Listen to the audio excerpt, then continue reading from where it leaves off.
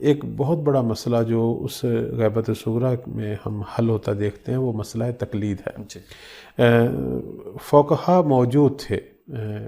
اور فقہا بھی عوام الناس کی مانند جو ہے وہ موتی تھے نواب اربع کے۔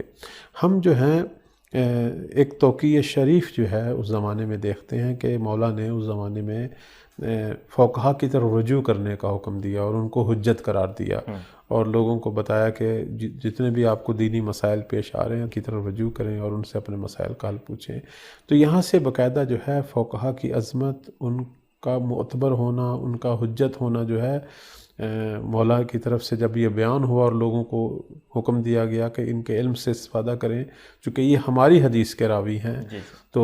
یہاں سے فقہا کو مرجعیت کا مقام ملا، یعنی ان کی طرف رجوع کا حکم ملا، تو وہ مرجع جو ہے وہ عام بن گئے، مرجع خلائق بن گئے۔ تو فقہا کا اور نظام تقلید کا جو سسٹم ہے جو آج تک چلا رہا ہے، اس کی جو اساس ہے وہ غیبت صغریٰ کا زمانہ ہے، اور نواب اربع نے اس سسٹم کو شروع کروایا، اور اس زمانے میں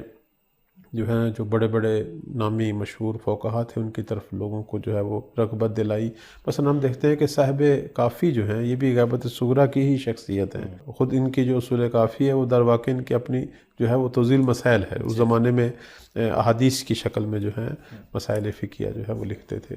جیسے شیخ صدوق علیہ رحمہ کے جو والد تھے جناب ابن بابویہ، جن کا مقبرہ جو ہے قم میں موجود ہے، اس طرح اور بھی بڑی شخصیات تھیں کہ جن کی طرف جو ہے ان نواب اربع نے لوگوں کو راغب کیا اور کہا کہ یہ مولا کا حکم ہے، ان کی تقلید کریں فقہی مسائل میں، ہم آپ کی جو ہے وہ سیاسی، اجتماعی اور دیگر مسائل کے اندر رہبری کریں گے، لیکن فقہی مسائل میں آپ جو ہے فقہ کی طرف رجوع کریں۔ تو باقاعدہ جو ہے تقلید کا جو آغاز ہے وہ غیبت صغریٰ میں ہوا، اور مولا نے گویا غیبت صغریٰ میں تقلید شروع کروائی اور اس پر پھر نگرانی بھی کی، تاکہ شیعہ جو ہیں ان کو یہ عادت پڑے اپنے تمام مسائل میں فقہا کی طرف رجوع کرنے کی، علماء کی طرف، چونکہ اس سے پہلے جو ہے عموماً شیعوں کا یہ مزاج تھا کہ وہ امام کی طرف ہی رجوع کرتے تھے ہر سوال میں، اور اس کے لیے بشاکوں نے بھی اپنا سفر کرنا پڑے، خط لکھنے پڑے۔ تو امام نے غیبت صغریٰ میں آہستہ آہستہ جو ہے وہ اس انداز سے تربیت کی اور تلقین کی کہ لازمی نہیں ہے کہ آپ ہر مسئلے میں ہمارے نائبین خاص کی طرف آئیں یا ہم سے ملاقات کا تقاضا کریں یا ہمیں خط لکھیں۔ ان فقہا کہ جنہوں نے اپنی پوری زندگی جو ہے وہ قرآن مجید اور ہماری احادیث کے اندر تحقیق، جستجو اور مطالعے میں اور مختلف مسائل کے حل کرنے میں گزاری ہے اور باقاعدہ اس میں کام کیا ہے اور مقام فقاہت تک پہنچ گئے ہیں، تو یہ اس کام کے ماہر ہیں، تو آپ اپنے امور میں ان کی طرف رجوع کر سکتے ہیں۔ دیکھیں جی، غیر معصوم کے حوالے سے ہی تقلید کا موضوع آتا ہے، معصوم امام کے حوالے سے تو تقلید کی بحث ہی نہیں ہے، وہاں تو سیدھی سادی بیعت ہے اور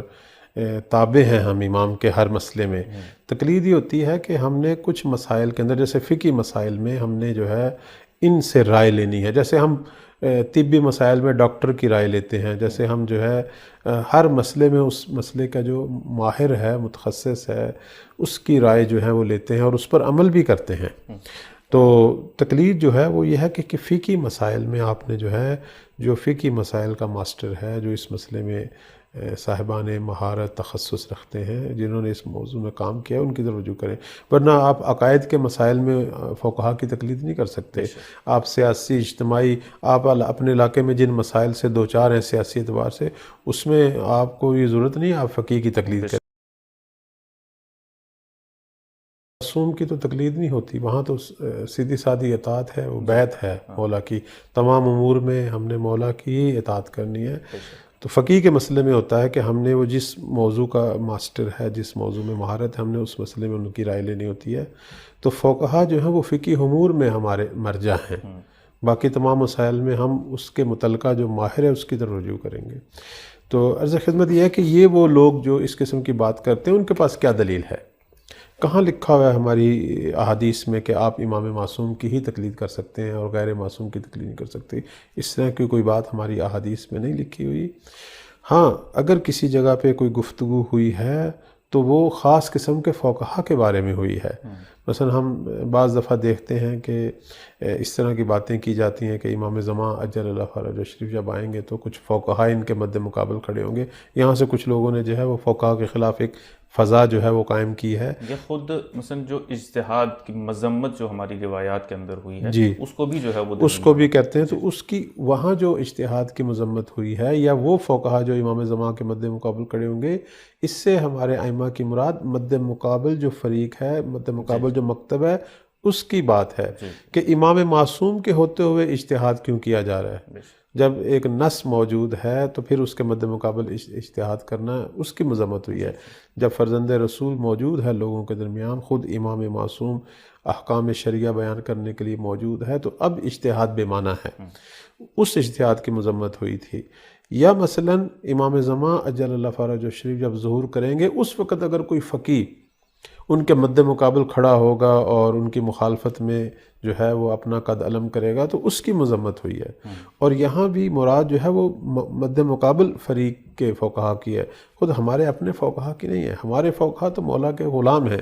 یہ تو ہر اول دستہ ہوں گے، یہ تو شہادتیں دیں گے. اور طول تاریخ میں شیعہ فقہا نے اسی راہ میں محمد وال محمد کی راہ میں قربانیاں دی ہیں، شہادتیں دی ہیں. اور یہی لوگ جو ہیں وہ امام زمان کے ظہور کے لیے پیش خیمہ بھی ہوں گے، یہی فضا کو سازگار کریں گے، یہی ابتدائی جو ہے وہ کام کریں گے. اور بالآخر جو ہے وہ زمانہ اور وہ ناصرین اور وہ سوسائٹیاں اور بالآخر وہ جو فوج ہے وہ سامنے آئے گی، وہ انہی کی تربیت یافتہ ہوگی، انہی فقہا کی. تو مذمت جو ہے وہ دوسرے کی ہے کہ امام معصوم کے ہوتے ہوئے جنہوں نے تقلید کا ڈرامہ شروع کیا تھا، ان کی مذمت ہو رہی ہے، ان کی مذمت ہو رہی ہے.